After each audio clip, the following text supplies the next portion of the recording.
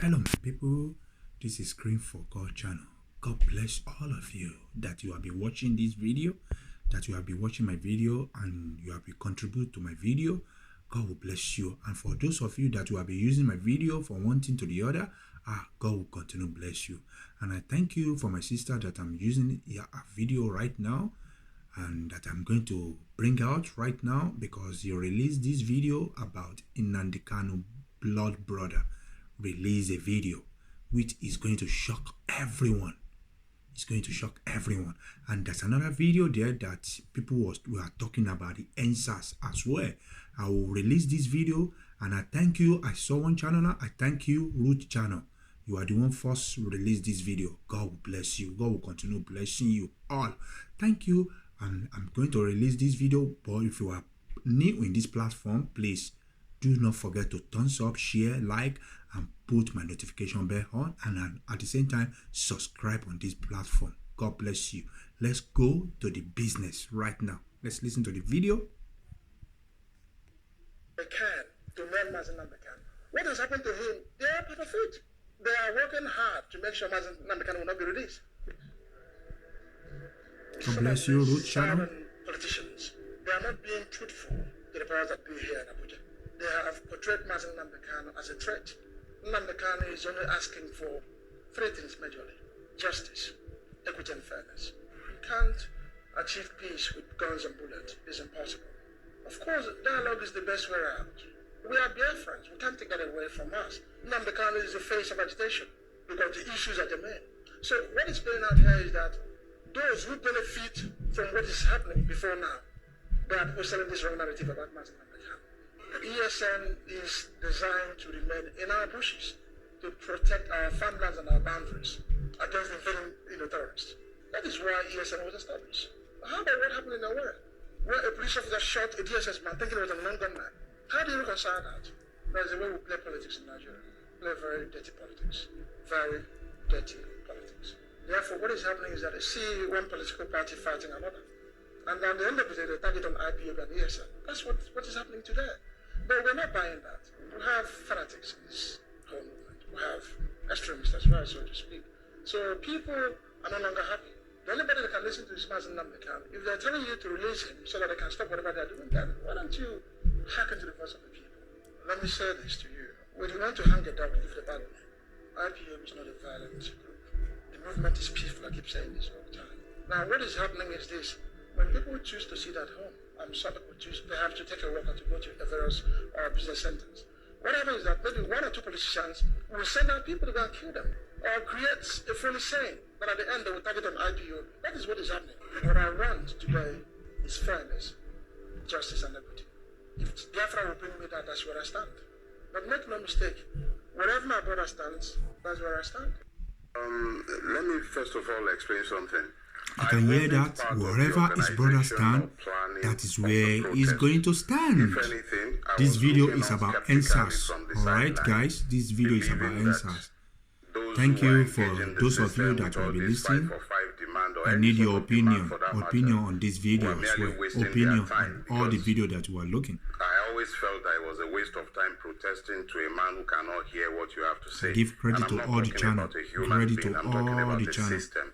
The Nigerian system is not designed to be responsive to the demands of those who imagine themselves to be citizens in Nigeria.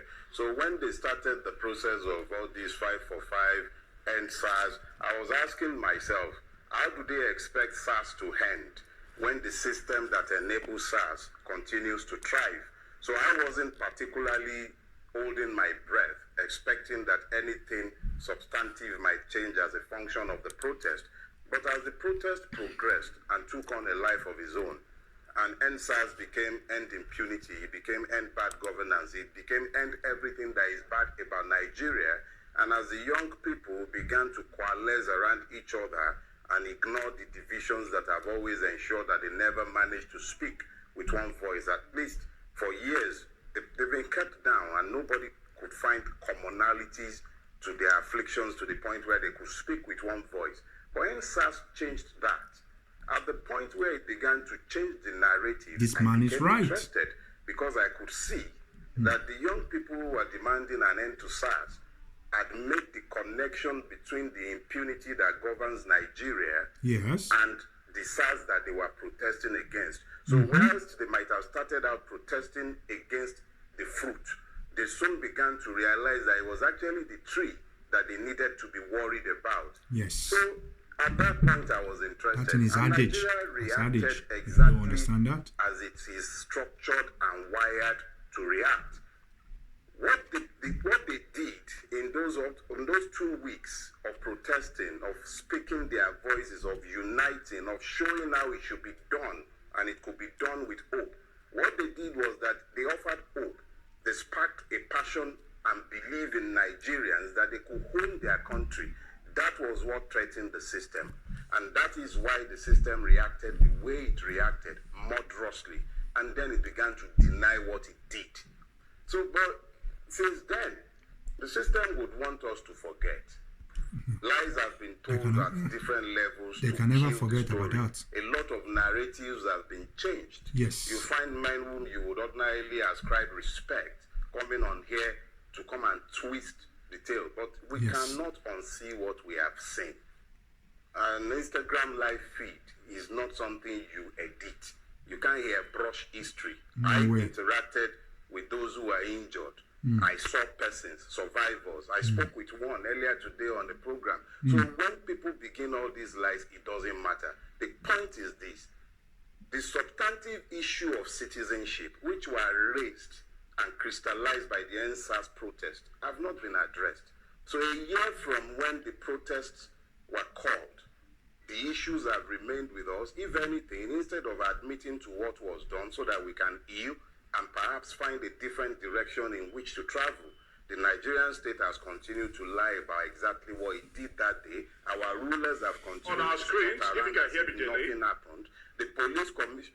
Dele, if you can hear me, because we have the 5 for 5 demands from those NSAS protesters on our screen, and some of them have actually been addressed, because when you look at it, they said, of course, the release of some of arrested protesters, some actions have been taken, and also justice and compensation for families of victims. We saw some of those actions actually taken. In respect to that, then the independent body to oversee prosecution of officers within 10 days, actions were taken in that light, and of course psychological evaluation of the disbanded officers before redeployment. Some, not all, we've seen actions, and permit me at this point to bring in maybe Renu to help us deepen this discussion, because Renu is one of the youth representatives at the panel of inquiry, and she joins us now to interrogate a few things that went on there.